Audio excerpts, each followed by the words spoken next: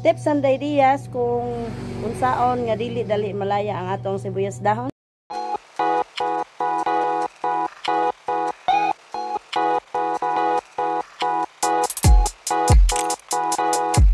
Hello guys, good morning. So kumusta po yung lahat guys? Welcome back again sa ating channel. For today's video guys, yan. Nakikita nyo to, ito yung sibuyas dahon natin. Ito na lang, konti na lang siya guys. Isang ano to, sa kabugkos ni siya guys. At ang usa ka bugkos kay mo 1 kapin, 1.5 or usahay 1.2 ang timbang. Mao na siya akong gipalit. Ing ana guys ang akong pagpaliton nga mo timbang o mo timbang og ing ana or usa jud ka bugkos kay para makasave ko kay maka-discount man ta og ing usa ka butok atong paliton. Nya ani kay mao na lang ni siya ang nabilin, pero nakita niyo siya guys, okay pa man siya, guwapa pa siya, pero daghan lang siya og mga laya nga dahon. Ayan oh. So ato ni siyang kuhaon kay aron mo guwapa tan-awon ang ato ang sibuyas dahon. So para maganda siya tingnan guys ba, kay mao man ni siya ang maka-distract sa customer kun dili ni nato tangtangon. Atong pagwapahan guys ang atong sibuyas dahon. Ang advantage sa pagpalit og kuan guys, yan ang sibuyas dahon nya usa jud ka butok kay maka-discount ka. Kay kuan man kanang dili man per kilo ang presyo.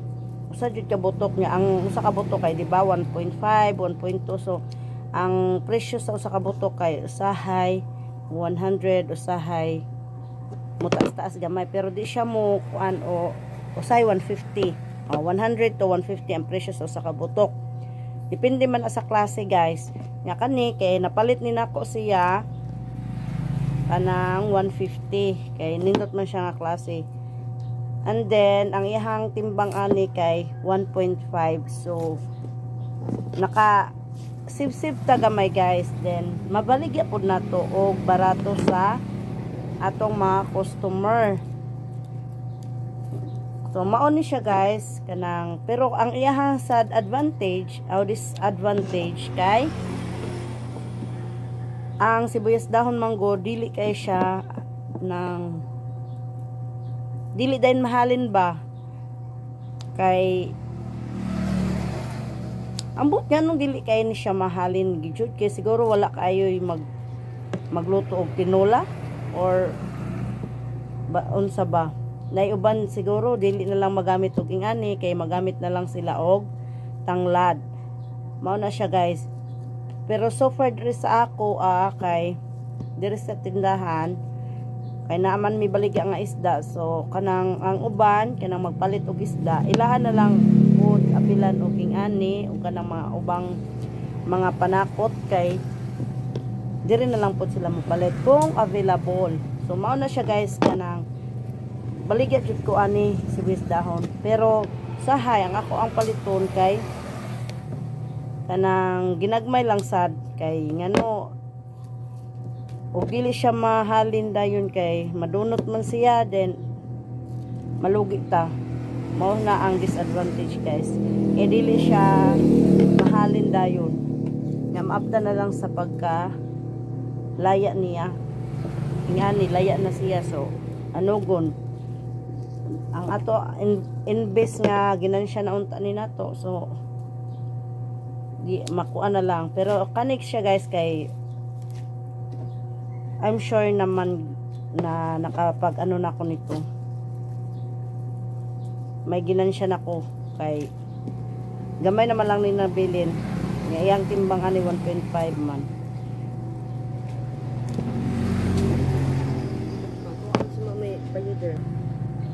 So mao na to siya guys, kanang asa na ta ato, basta kay ako mopalit ko og sibuyas dahon usahay ginagmay lang kay para gamay rasad ang ato ang kuan kanang lugi og dili mahalin. Pero may mahalin man jud guys, pero dili lang jud nga kanang maubos jud dayon, dili maubos tanan na jud mabilin.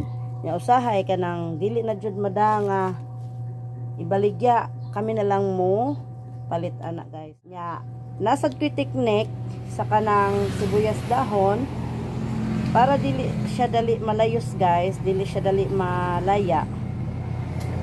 Ang kani sudlanin ako gamay nga tubig nga igo ra siya mabasa ang kaning iyahang gamot diri, then iana kay aron lang dili siya dali malaya. Mao na ako ang technique guys. So mao siya ako ang sibuyas dahon.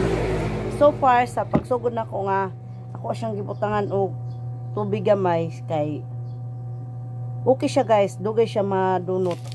Na siya malaya pero dili nga kanang dali gani kay malayos. Dili kuan kanang fresh paghapon siya tan-aw. So mao na siya akong technique guys sa sibuyas dahon. Kana gwapa na siya guys kay wala na yung mga laya. Kana so mao ra ni akong technique. Butangan ako og tubig ang kanang sudlanan gamay kaya nga matuslob ra siya diri, then og kana daghan naglaya-laya ako ana pangwaon kay aron gwapa tan-aw at ang sibuyas dahon. So mao na siya guys. Thank you for watching. Bye bye. God bless everyone. Amping kanunay.